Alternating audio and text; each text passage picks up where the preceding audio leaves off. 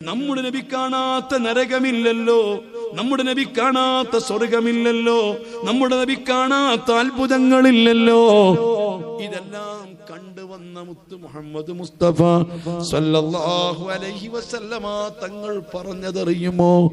മാ റഅയ്തു മൻളറൻ ഖത്തു അഫ്ളഅ മിനൽ ഖബരി.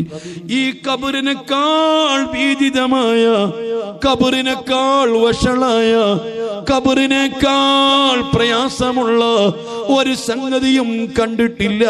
ഞാൻ കണ്ട നരകത്തേക്കാൾ, ഞാൻ കണ്ട ജഹന്നമിനേക്കാൾ, ഞാൻ കണ്ട മഹ്ശറിനേക്കാൾ ഈ ഖബറിനോളം ഭയാനകരമായ ഒന്നും കണ്ടിട്ടില്ല. അസ്വാദിഖുൽ മസ്തൂഖ് മുത്ത് മുഹമ്മദ് മുസ്തഫ സല്ലല്ലാഹു അലൈഹി വസല്ലമ തങ്ങൾ പറഞ്ഞിട്ടുണ്ട്. ഒരൊറ്റ സംഭവം പറഞ്ഞു നിർത്തട്ടെ എൻ്റെ പ്രിയപ്പെട്ട സഹോദരന്മാരെ. ഇമാം മാലിക് ഇബ്നു അനസ് റളിയല്ലാഹു അൻഹു, ഇമാമു ദാരിൽ ഹിജ്റ, മദീനയിലെ പള്ളിയിലെ ഇമാമായിരുന്ന ബഹുമാനപ്പെട്ട മാലിക് ഇമാം, നീണ്ട 40 കൊല്ലം മദീനത്ത് മസ്ജിദുൻ നബവിയിൽ ദർസ് നടത്തിയ പണ്ഡിതൻ, ഹബീബായ മുത്ത് മുഹമ്മദ് മുസ്തഫ സല്ലല്ലാഹു അലൈഹി വസല്ലമ തങ്ങൾ അന്ത്യവിശ്രമം കൊള്ള ഹുജ്റത്തു ഷരീഫ്, ആ ഹുജ്റത്തു ഷരീഫയുടെ ചാരി ഇരുന്നു കൊണ്ട് ദീർഘമായ 40 കൊല്ലം ഹദീസ് ക്ലാസ് എടുത്ത പണ്ഡിതൻ. അല്ലാഹ് ഹദ്ദസനാ നാഫിഉൻ ഖാല ഹദ്ദസന ഇബ്നു ഉമർ അൻ സാഹിബി ഹദൽ ഖബരി. ഈ ഖബറിൽ കിടക്കുന്ന മുത്ത് നബിയെ തൊട്ട് ഹദീസുകൾ പറഞ്ഞു എന്ന് പറയുമ്പോഴേക്ക് 2 കണ്ണുകൾ നിറഞ്ഞൊലിച്ചിരുന്ന ഇമാമു ദാരിൽ ഹിജ്റ, ആ ഇമാം ബഹുമാനപ്പെട്ട മാലിക് ഇമാം മദീനത്ത് മുത്ത് മുഹമ്മദ് മുസ്തഫ സല്ലല്ലാഹു അലൈഹി വസല്ലമ തങ്ങൾ നടന്ന മണ്ണിലൂടെ ചെരിപ്പിട്ട് നടക്കാത്ത മാലിക് ഇബ്നു അനസ് തങ്ങൾ, അല്ലാഹുവിന്റെ റസൂൽ നടന്ന മണ്ണിലൂടെ, മുത്തുനബി കിടക്കുന്ന മണ്ണിലൂടെ വാഹനപ്പുറത്ത് യാത്ര ചെയ്യാത്ത മാലിക് ഇമാം റളിയല്ലാഹു അൻഹു തങ്ങൾ മദീനയിലെ ചരിത്രം രേഖപ്പെടുത്തുന്നതു കാണാം. അബൂബക്കർ സിദ്ദീഖ് റളിയല്ലാഹു അൻഹു തങ്ങൾ ഖിലാഫത്തു കാലത്ത്, മദീനത്ത് ഖിലാഫത്ത് നടത്തിക്കൊണ്ടിരിക്കുന്ന കാലം, 10,000 സ്വഹാബികൾ ജീവിച്ചിരിക്കുന്ന കാലം, അവർ ഫാറൂഖ് തങ്ങൾ ജീവിക്കുന്ന കാലം, ഉസ്മാൻ തങ്ങൾ മദീനത്തുള്ള കാലം, അലിയാർ തങ്ങൾ മദീനത്തുള്ള കാലം, സിദ്ദീഖ് റളിയല്ലാഹു അൻഹു തങ്ങൾ ഖിലാഫത്ത് ഏറ്റെടുത്ത് 2 മാസവും 2 കൊല്ലവും 3 മാസമല്ലേ ഖിലാഫത്ത് നടത്തിയിട്ടുള്ളൂ. ആ കാലയളവിൽ ബഹുമാനപ്പെട്ട അബൂബക്കർ സിദ്ദീഖ് റളിയല്ലാഹു അൻഹു ആ തങ്ങളെ കാലത്ത് മദീനത്തു പള്ളിയിൽ ഒരു മയ്യിത്ത് കൊണ്ടുവന്നു. മാലിക് ഇമാം രേഖപ്പെടുത്തുന്നു. എൻ്റെ പ്രിയപ്പെട്ട സഹോദരന്മാരെ, നല്ലപോലെ കേൾക്കണം, ശ്രദ്ധിക്കണം. മദീന പള്ളിയിൽ മയ്യിത്ത് കൊണ്ടുവന്നാൽ, ഇന്നും മദീന നമ്മുടെ പള്ളിയിലൊക്കെ മയ്യിത്ത് കൊണ്ടുവരുന്നത് പോലെ ആ മയ്യിത്ത് നിസ്കരിക്കുകയാണ്. നിസ്കാരത്തിന് നേതൃത്വം കൊടുത്തുകൊണ്ട് അബൂബക്കർ സിദ്ദീഖ് റളിയല്ലാഹു അൻഹു നിസ്കരിക്കുന്നു. നിസ്കാരം നടന്നുകൊണ്ടിരിക്കുമ്പോൾ ആ മയ്യിത്ത്, കട്ടിലിൽ കൊണ്ടുവയ്ക്കപ്പെട്ട മയ്യിത്ത് ഇങ്ങനെ പതിയെ അളകുന്നതായി കണ്ടു. നേരത്തെ മയ്യിത്ത് പലകയിലാ കൊണ്ടുവന്നിരുന്നത്, പിന്നീട് ആ മയ്യിത്ത് കട്ടിലാക്കിയത്, ഇപ്പോൾ മയ്യിത്ത് പെട്ടിയാണല്ലോ. ഇങ്ങനെ വലിയ മാറ്റങ്ങൾ വന്നിട്ടുണ്ട്. മഹാനായ മഹദിയായ ഫാത്തിമത്ത് ബീവി റളിയല്ലാഹു അൻഹയാണ് ആദ്യമായിട്ട് മയ്യിത്ത് പെട്ടി പോലെ അത് മൂടിയിട്ടിരിക്കണമെന്ന് വസിയത്ത് ചെയ്ത് ബഹുമാനപ്പെട്ട ഫാത്തിമത്ത് ബീവിയാ. എൻ്റെ മയ്യിത്തെല്ലാം കുളിപ്പിച്ച് കഫൻ ചെയ്ത് ശരിക്ക് തുണികളിൽ പൊതിഞ്ഞിട്ട് കൊണ്ടുപോകുമ്പോൾ ആ മയ്യിത്ത് കട്ടിൽ മൂടിയിട്ടില്ലെങ്കിൽ എൻ്റെ ശരീരത്തിൻ്റെ വണ്ണവും വലിപ്പവും ഒക്കെ കാണാൻ സാധ്യതയുണ്ട്. അതുകൊണ്ട് എൻ്റെ മയ്യിത്ത് രാത്രിയിലാ കൊണ്ടുപോകേണ്ടത്. എപ്പോൾ മരിച്ചാലും രാത്രിയാണ് എന്നെ മറവ് ചെയ്യേണ്ടത്. എപ്പോൾ മയ്യിത്ത് കൊണ്ടുപോകുമ്പോഴും പെട്ടി പോലെയാണ് കൊണ്ടുപോവേണ്ടത്. എൻ്റെ ശരീരത്തിൻ്റെ വണ്ണവും വലിപ്പവും മയ്യിത്താകുന്ന സമയത്ത് പോലും ആരും അറിയരുത് എന്ന് ചിന്തിച്ച മഹദിയാ ബഹുമാനപ്പെട്ട ഫാത്തിമത്തി ബീവി. അതുകൊണ്ടാണ് സ്ത്രീകളും പുരുഷന്മാരും ശരീരത്തിന്റെ വണ്ണം വലിപ്പം വെളുത്തു കാണിക്കുന്ന വസ്ത്രം ധരിക്കരുത്. അതേ ടൈറ്റ് ഫിറ്റ് ആയിരിക്കുന്ന പർദ്ദ ധരിക്കരുത്. ടൈറ്റ് ഫിറ്റ് ആയിരിക്കുന്ന പാന്റ് ധരിക്കരുത്. ശരീരത്തോട് ഒട്ടിപ്പിടിച്ച് വണ്ണം വലിപ്പം എടുത്തു കാണിക്കുന്ന വസ്ത്രങ്ങൾ ധരിക്കരുത്. അത് പാടില്ലാത്തതാണെന്ന് ഇമ്മത്ത് പറയുന്നത്. ബഹുമാനപ്പെട്ട ഫാത്തിമ ബീവി പറഞ്ഞു, എന്നെ അങ്ങനെ കൊണ്ടുപോകരുത്. എന്റെ മയ്യത്ത് മൊത്തം മൂടിയിട്ടിട്ട് വേണം കൊണ്ടുപോവാൻ. അതിനുശേഷമാണ് മയ്യത്ത് കട്ടിലൊക്കെ മാറിയിട്ട് പിന്നീട് കൊട്ടയായത്, പിന്നെ മയ്യത്ത് പെട്ടിയായത്. ഇരിക്കട്ടെ, മയ്യത്ത് കട്ടിൽ ഈ മയ്യത്ത് ഇങ്ങനെ കൊണ്ടുവച്ച് നിസ്കരിക്കുമ്പോൾ ആ നിസ്കരിക്കുന്ന സമയത്ത് മയ്യത്തിന്റെ കഴുത്തിന്റെ ഭാഗത്ത് നിന്ന് ഇളക്കമുണ്ടോ എന്ന് ചില ആളുകൾക്ക് തോന്നുകയുണ്ടായി. നിസ്കാരം കഴിഞ്ഞപ്പോൾ മയ്യത്തുമായി ബന്ധപ്പെട്ട ആളുകൾ പറഞ്ഞു, ഈ മയ്യത്ത് പെട്ടെന്ന് മറവ് ചെയ്യരുത്. ഈ മയ്യത്തിന്റെ കഴുത്തിന്റെ ഭാഗത്ത് അനക്കം ഞങ്ങൾ കണ്ടിട്ടുണ്ട്. അതുകൊണ്ട് ഈ മയ്യത്തിന്റെ മരണത്തിൽ ഞങ്ങൾക്ക് സംശയമുണ്ട്. ഈ മയ്യത്ത് ഒന്നുകൂടി ഞങ്ങൾക്ക് കെട്ടഴിച്ചെന്ന് പരിശോധിക്കേണ്ടതുണ്ട്. സ്വഹാബാക്കൾ ചിന്തിച്ചു, അല്ലാഹ്, റസൂലുള്ളാഹിന്റെ കാലത്ത് അങ്ങനത്തെ അനുഭവമില്ല. നിസ്കാരം കുളിപ്പിച്ച് നിസ്കാരം കഴിഞ്ഞ് കയ്യത്ത് കബറടക്കാൻ വേണ്ടി കൊണ്ടുപോവുകയാ. റസൂലുള്ളാഹിന്റെ കാലത്ത് ഇങ്ങനത്തെ അനുഭവം ഉണ്ടായിട്ടില്ല. ഈ നിസ്കാരം കഴിഞ്ഞ് മയ്യത്തിന്റെ കെട്ടഴിച്ച് പിന്നെ പരിശോധിക്കാൻ പറ്റുമോ? സംശയങ്ങളൊന്നും നോക്കി നിൽക്കാതെ മഹാന്മാരായ സഹാബാക്കൾ പറഞ്ഞതെടുത്ത് നിൽക്കാതെ ആളുകൾ മയ്യത്ത് കടിച്ചേ പറ്റൂ, അഴിച്ച് പരിശോധിച്ചേ പറ്റൂ. 10,000 ജനങ്ങളെ മുൻപിൽ വെച്ച് ആ മയ്യത്തിന്റെ തലക്കുഭാഗത്തുള്ള കെട്ടഴിച്ചിട്ട് ഓരോ തുണിയും മാറി അതാ നീക്കിക്കൊണ്ടിരിക്കുന്നു. അവസാനം അതാ മയ്യത്തിന്റെ മുഖത്ത് മൊത്തം പഞ്ഞിക്കെട്ടാണല്ലോ. കണ്ണിൽ പഞ്ഞിയുണ്ടാകും, മൂക്കിൽ പഞ്ഞിയുണ്ടാകും, നെറ്റിയിൽ പഞ്ഞിയുണ്ടാകും, മൊത്തം മുഖം പഞ്ഞി കൊണ്ട് മൂടിയിട്ടുണ്ടാകും. പഞ്ഞിക്കെട്ടൊക്കെ നീക്കിയ സമയത്ത് സുബ്ഹാനല്ലാഹ് കാണാൻ കഴിഞ്ഞത് അതിഭയങ്കരമായ ഒരു സർപ്പം ഈ മയ്യത്തിന്റെ കഴുത്തിൽ വരിഞ്ഞു മുറുക്കിയിരിക്കുന്നു. ആ മയ്യത്ത് ഈ സർപ്പം അതിന്റെ പത്തി വിടർത്തിയിട്ട് ഈ മയ്യത്തിന്റെ കവിൾ ഇങ്ങനെ ചേർന്ന് കിടക്കുന്നുണ്ട്. ഇടക്കിടക്ക് ആ പത്തി ഇങ്ങനെ ഉയർത്തിയിട്ട് മയ്യത്തിന്റെ നെറ്റിയിൽ ഇങ്ങനെ കൊത്തുന്നുണ്ട്. സുബ്ഹാനല്ലാഹ്, സഹാബാക്കളൊക്കെ അത്ഭുതപ്പെട്ടു. ഈ സർപ്പം ഈ മയ്യത്തിന്റെ അകത്ത് കയറിയതെപ്പോഴാ? ഈ മയ്യത്ത് കുളിപ്പിച്ച സമയത്ത് ആർക്കും ഇങ്ങനെ അനുഭവപ്പെട്ടിട്ടില്ല. ഈ മയ്യത്ത് കഫൻ ചെയ്ത സമയത്തും ഇതുപോലത്തെ സർപ്പം ഞങ്ങൾ കണ്ടിട്ടില്ല. എപ്പോഴാണ് ഈ സർപ്പം അകത്ത് കയറിയത് ഞങ്ങൾക്കാർക്കും അറിയില്ല. സുബ്ഹാനല്ലാഹ്. ബഹുമാനപ്പെട്ട മാലിക് ഇമാം എഴുതുന്നു, 10,000 സ്വഹാബികളുണ്ട്. നബി സല്ലല്ലാഹു അലൈഹി വസല്ലമ തങ്ങളിൽ നിന്ന് നേരിട്ട് പലതും പഠിച്ചവരുണ്ട്. നബി സല്ലല്ലാഹു അലൈഹി വസല്ലമ തങ്ങൾ പഠിപ്പിക്കാത്തതൊന്നും ബാക്കി വെച്ചിട്ടില്ല. എല്ലാം കൃത്യമായിട്ട് ബോധ്യപ്പെടുത്തി കൊടുത്ത മുത്ത് മുഹമ്മദ് മുസ്തഫ, നിങ്ങൾ വീട്ടിലും പരിസരത്തിലും നിങ്ങൾ ഇടയ്ക്കിടെ ഇടപഴകുന്ന സ്ഥലങ്ങളിലൊക്കെ പാമ്പിനെ കണ്ടാൽ, സർപ്പം കണ്ടാൽ പെട്ടെന്ന് നിങ്ങളങ്ങ് കൊന്നുകളയരുത്. 1ഉം 2ഉം തവണ നിങ്ങൾ അതിന്റെ പാട്ടിന് പോകാൻ വേണ്ടി നിങ്ങൾ പറയണം. 1ഉം 2ഉം തവണ നിങ്ങൾ അതിനോട് പറഞ്ഞിട്ടില്ലെങ്കിൽ സുലൈമാൻ നബി അലൈഹിസ്സലാത്തു വസ്സലാം തങ്ങളോടുള്ള കടപ്പാട് കൊണ്ട്, അവിടുത്തെ അഹദ് കൊണ്ട് നീ വിട്ടുപിരിഞ്ഞു പോകാൻ നിന്നോട് ഞങ്ങൾ പറയുന്നു എന്ന് സർപ്പത്തോട് പറയണം. എന്നിട്ടും പോകുന്നില്ലെങ്കിൽ നിങ്ങൾ കൊന്നുകളയണമെന്ന് നബി സല്ലല്ലാഹു അലൈഹി വസല്ലമ തങ്ങൾ ഹദീസ് കേട്ട സഹാബികളുണ്ട്.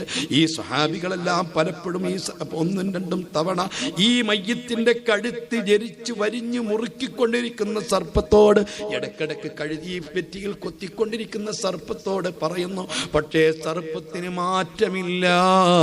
ഈ 10,000 ആളുകളെ മുമ്പിൽ വെച്ച് ഈ കഴുത്തിങ്ങനെ വരിഞ്ഞു മുറുക്കുന്നു, അല്ലാഹ് നെറ്റിയിൽ ഇങ്ങനെ കൊത്തുന്നു.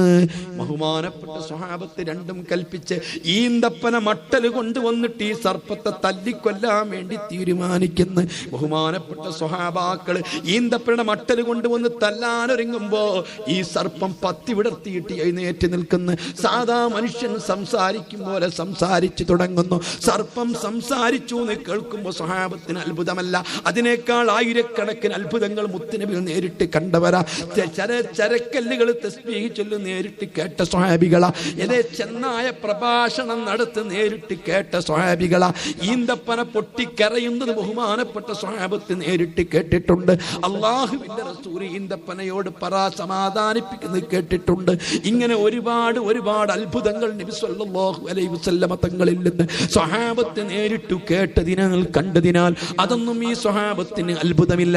നിങ്ങളിൽ ആർക്കെങ്കിലും ഇപ്പോൾ സംശയം തോന്നുന്നുവെങ്കിൽ ഇപ്പോൾ തന്നെ മദീനയിലേക്ക് ഫോൺ വിളിച്ച് ചോദിക്ക്. മദീന പള്ളിയിലെ എത്ര ഉസ്തുവാനത്തുൽ അനീൻ അല്ലാഹുവിന്റെ റസൂലിനോട് പൊട്ടിക്കരഞ്ഞ് തേങ്ങി കരഞ്ഞ തൂണ് എന്ന് അടയാളപ്പെടുത്തിയിട്ടില്ലേ?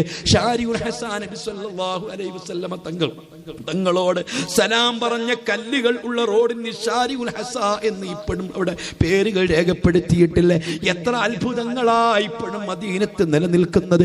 നബി സല്ലല്ലാഹു അലൈഹി വസല്ലമ തങ്ങളുടെ ആ സംസാരിച്ച ഒരുപാട് സംഭവങ്ങൾ ഇന്നും നിലനിൽക്കുന്നുണ്ട്. ഇരിക്കട്ടെ, ഈ സ്വഹാബത്ത് റളിയല്ലാഹു അൻഹും തങ്ങളോട് എഴുന്നേറ്റ് നിന്നിട്ട് ഈ സർപ്പം പറയുന്നു, സ്വഹാബാ, ഈ മുത്തുനബി വഫാത്തായിട്ടൊരു 10 പതിറ്റാണ്ട് കഴിഞ്ഞില്ലല്ലോ, ഒരു 10 പതിറ്റാണ്ട് തികഞ്ഞില്ലല്ലോ, ഈ തങ്ങൾ പറഞ്ഞതൊക്കെ നിങ്ങൾ മറന്നുപോയോ? അല്ലാ وإن الكافر ليسلط في كبره 99 تنينا. സൃഷ്ടിച്ച റബ്ബിനെ കുറിച്ചറിയാത്തവൻ, സൃഷ്ടിച്ച റബ്ബിനെ പറ്റി ബോധമില്ലാത്തവൻ, റബ്ബിനെ പറ്റി ഓർമ്മയില്ലാത്തവൻ, ചിന്തയില്ലാത്തവൻ, ധിക്കാരിയായി ജീവിച്ച മനുഷ്യൻ, അവന്റെ കബറിൽ 99 സർപ്പങ്ങൾ ഉണ്ടാകുമെന്ന് മുത്തുനബി പറഞ്ഞിട്ടില്ലേ സ്വഹാബ? ഈ 99 സർപ്പങ്ങളിൽപ്പെട്ടൊരു സർപ്പമാണ് ഞാനെന്ന് കരുതിയാൽ പോരെ. ഞാൻ ഒരിക്കലും പുറത്തുനിന്ന് വന്നതല്ല, ഞാനൊട്ടി സർമയ്യത്തിനെ വിട്ടി പിരിയുന്നതുമല്ല, ഇവനെ പിരിയാൻ എനിക്ക് പറ്റില്ല. ഈ മനുഷ്യൻ ചെയ്ത കർമ്മങ്ങളെയാണ് പടച്ച റബ്ബ് സർപ്പമായിട്ട് രൂപപ്പെടുത്തിയത്. എന്നെ തല്ലാനും കൊല്ലാനും നിങ്ങൾക്ക് കഴിയില്ല. ഞാൻ ഈ മയ്യത്തിൽ നിന്നിട്ട് ഇറങ്ങുന്നതുമല്ല. വേണമെങ്കിൽ മയ്യത്ത് കഫൻ ചെയ്ത് മറവ് ചെയ്തോ. 3 വിഭാഗം ആളുകളെ കൂടെ കിടക്കാൻ ഞാനുണ്ട്, അവരെ കഴുത്ത് വരിഞ്ഞ് മുറുക്കാൻ ഞാനുണ്ട്, അവരെ നെറ്റിയിൽ കൊത്താൻ ഞാനുണ്ട്. ആഖിർ സമാനിലെ മക്കളെ, അല്ലാഹുവിന്റെ റസൂല് പറയുകയാ, 3 വിഭാഗം ആളുകളെ കൂടെ കിടക്കാൻ, അവരെ കഴുത്ത് പിടിച്ച് ഞെരുക്കാൻ, അവരെ നെറ്റിയിൽ കൊത്താൻ ഞാനുണ്ട്. അല്ലാഹുവിന്റെ ഖുർആൻ, അല്ലാഹുവിനെ കുറിച്ച് ബോധമുള്ള പണ്ഡിതന്മാർ പടച്ച റബ്ബിന്റെ ഖുർആൻ ഓതി അല്ലാഹുവിനെ പറ്റി പറയുമ്പോൾ വഅദ് കേട്ടില്ലെങ്കിൽ എന്താ, ഖുർആൻ കേട്ടില്ലെങ്കിൽ എന്താ, ഹദീസുകൾ കേട്ടില്ലെങ്കിൽ എന്താ, പണ്ഡിതന്മാർ പറഞ്ഞത് സ്വീകരിച്ചില്ലെങ്കിൽ എന്താ? ആധികാരിയായ ആളുകളെ കഴുത്ത് പിടിച്ച് മുറുക്കാൻ, അവരെ നെറ്റിയിൽ കൊത്താൻ ഞാനുണ്ടാകും സ്വഹബ. രണ്ടാമത് അല്ലാഹുവിന്റെ പള്ളികളിൽ നിന്ന് വിളിക്കപ്പെടുന്നത് ഹയ്യ അലസ് സ്വലാ, ഹയ്യ അലൽ ഫലാഹ്, നിസ്കാരത്തിലേക്ക് വിളിക്കപ്പെടുന്നു, വിജയത്തിലേക്ക് വിളിക്കപ്പെടുന്നു. ആ വിളിക്കപ്പെടുന്നത് ഇവിടുത്തെ ഹൈന്ദവ സുഹൃത്തുക്കളെയല്ല, ക്രിസ്ത്യാനികളെയല്ല, ഇതര മതത്തിൽപ്പെട്ടവരെയല്ല. അല്ലാഹുവിന്റെ പള്ളികളിൽ നിന്ന് വിളിക്കപ്പെടുന്നത് അല്ലാഹുവിനെ കൊണ്ട് വിശ്വസിക്കുന്ന പടച്ച റബ്ബിലേക്ക് ചേർത്തി പറയുന്ന അല്ലാഹുവിന്റെ അടിമകളെയാണ്, മുസ്ലിമീങ്ങളെയാണ്. ആ വിളിക്കുത്തരം ചെയ്തുകൊണ്ട് നിസ്കാരത്തിലെത്താത്ത മുസ്ലിമിന്റെ കൂടെ കിടക്കാൻ, അവന്റെ കഴുത്തൊന്ന് വരിഞ്ഞ് മുറുക്കാൻ, അവന്റെ നെറ്റിയിൽ കൊത്താൻ ഞാനുണ്ടാകും സഹബ. എന്റെ പ്രിയപ്പെട്ട സുഹൃത്തെ, ഞാൻ ചോദിക്കുന്നു, എവിടെയെല്ലാം നിനക്ക് പരാജയം സംഭവിച്ചിട്ടുണ്ട്? സാമ്പത്തിക രംഗത്ത് നിനക്ക് പരാജയമുണ്ടോ? അല്ലെങ്കിൽ അധികാര രംഗത്ത് നിനക്ക് പരാജയമുണ്ടോ? ഏതെങ്കിലും വിഷയത്തിൽ പരാജയമുണ്ടോ? എല്ലാ വിഷയത്തിലും പരാജയപ്പെട്ടുകൊണ്ടിരിക്കുന്ന മുസ്ലിം ഉമ്മത്തിനോട് പറയുന്നു, ഹയ്യലൽ ഫലാഹ്, വിജയിക്കാൻ വരൂ, വിജയത്തിലേക്ക് വരൂ. നിസ്കരിക്കാത്ത ഉമ്മത്തിന് വിജയമില്ല, നിസ്കരിക്കാത്ത മുസ്ലിമിന് വിജയമില്ല, ഒരു വിഷയത്തിലും അവന് വിജയമില്ല. ഇപ്പോൾ വിജയമുണ്ടെങ്കിലും അവന് വിജയമില്ല.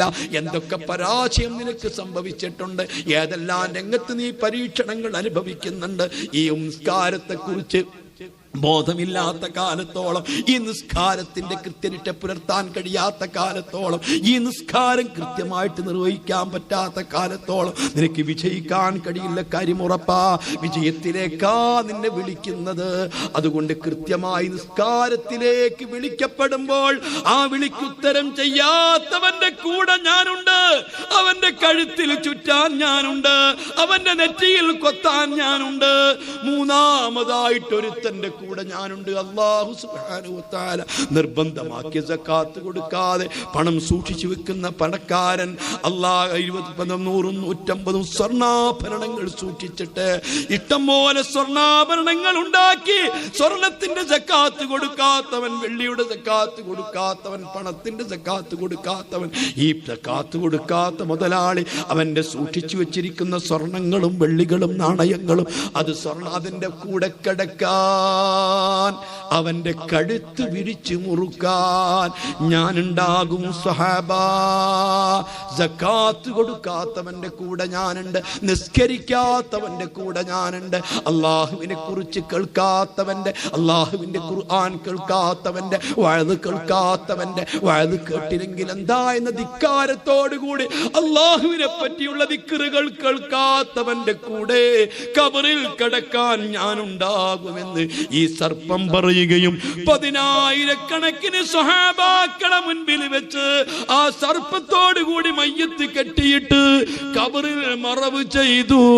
ഇമാം മാലിക് റളിയല്ലാഹു അൻഹു തങ്ങള് താരീഖ് മദീനയിൽ രേഖപ്പെടുത്തിയിട്ടുണ്ടെങ്കിൽ എൻ്റെ പ്രിയപ്പെട്ട മുത്ത് മുഅ്മിനീങ്ങളോട് ഓർമ്മപ്പെടുത്തുന്നു, ഖബർ ഭയങ്കരമാ, ഖബറിന്റെ ശിക്ഷ ഭയങ്കരമാ. ഇതുകൊണ്ടാ അൽ ഖബർ അവ്വലു മൻസിലിൻ മിൻ മനാസിലിൽ ആഖിറ, ആഖിറത്തിലേക്കുള്ള സ്റ്റേഷൻ വെച്ച് ആദ്യത്തെ സ്റ്റേഷനാ. ആ സ്റ്റേഷനിൽ ആരെങ്കിലും വിജയിച്ചാൽ ഫമാ ബഅദഹു ഐസറു മിൻഹു, അതിനുശേഷമുള്ള സ്റ്റേഷൻ മുഴുവനും വളരെ എളുപ്പമാ. അതിൽ വെച്ചൊരാൾ പരാജയപ്പെട്ടാൽ ഫമാ ബഅദഹു, അതിനുശേഷമുള്ളത് അതിനേക്കാൾ പ്രയാസമാ. അല്ലാഹു റബ്ബുൽ ഇസ്സത്ത് അവന്റെ മഹളായ ഫദ്ല് കൊണ്ട്, അവൻ ബഹുമാനിച്ചാദരിച്ച അംബിയാഇന്റെ ബറക്കത്ത് കൊണ്ട്, ഔലിയാഇന്റെ ബറക്കത്ത് കൊണ്ട്, ഈ റജബ് മാസത്തിന്റെ ബറക്കത്ത് കൊണ്ട്, റജബ് മാസത്തിൽ എത്ര പണ്ഡിതന്മാർ, എത്ര ആളുകളാണ് മരിച്ചു പോയിട്ടുള്ളത്. മഹാനായ ഹസൻ ബസരി തങ്ങൾ ആണ്ടിന്റെ ആണ്ട് ഈ മാസമാ. ഇമാം ഷാഫി ബഹുമാനപ്പെട്ട ഇമാമിന്റെ ആണ്ട് ഈ മാസമാ. ഇമാം മുസ്ലിം തങ്ങളെ ആണ്ട് ഈ മാസമാ. ഇമാം തുർമുദി തങ്ങളെ ആണ്ട് ഈ മാസമാ. ഇങ്ങനെ ധാരാളം അഇമ്മത്തുകളും ഔലിയാക്കളും ബഹുമാനപ്പെട്ട ഖാജാ മുഈനുദ്ദീൻ അൽ ജിഷ്തിയിൽ ജമീരി ഖദ്ദസല്ലാഹു തങ്ങളാണ്ടും ഈ മാസമാ. ഈ മാസത്തിൽ മൃതി അടഞ്ഞിട്ടുള്ള വഫാത്തായിട്ടുള്ള മഹാത്മാക്കളെ ഹക്ക് കൊണ്ട് അല്ലാഹു നമ്മുടെയൊക്കെ ആഖിബത്ത് നന്നാക്കി തരട്ടെ, മണ്ണറ മണിയറയാക്കി തരട്ടെ, ഖബർ സന്തോഷമാക്കി തരട്ടെ. ഇജാബത്തുള്ള സദസ്സിൽ നമ്മുടെ സദസ്സ് അല്ലാഹ് ഉൾപ്പെടുത്തി തരട്ടെ. നമുക്കും നമ്മുടെ ചെറുപ്പക്കാര്, നമ്മുടെ യുവാക്കൾ, നമ്മുടെ യുവതികൾക്ക്, നമ്മെ സ്നേഹിക്കുന്നവർക്ക്, നമ്മോട് ദുആ കൊണ്ട് വസിയ്യത്ത് ചെയ്തവർക്ക്, നമുക്ക് വേണ്ടി അധ്വാനിക്കുന്നവർക്ക്, ദീനീ രംഗത്ത് സജീവമായി പ്രവർത്തിക്കുന്നവർക്ക്, റിഫാഇ റാത്തീബിന്റെ പ്രവർത്തകർക്ക്, ഇത്തരം നല്ല പരിപാടികൾക്ക് ആത്മാർത്ഥമായിട്ട് പങ്കെടുക്കുന്നവർക്ക്, ഈ എല്ലാവർക്കും അല്ലാഹു സുബ്ഹാനഹു വ തആല മഹാന്മാരെ പറ്റി പറയുന്നതിനാൽ, അവരെ സ്നേഹിക്കുന്നതിനാൽ, അവരെ വഴിയിലേക്ക് ക്ഷണിക്കുന്നതിനാൽ, അവരോടൊക്കെ ഹുബ്ബ് വെക്കുന്നതിനാൽ ആഖിബത്ത് നന്നാക്കി തരട്ടെ. ഇജാബത്തുള്ള സദസ്സിൽ ഉൾപ്പെടുത്തി തരട്ടെ, ഈമാൻ ഏറ്റിത്തരട്ടെ.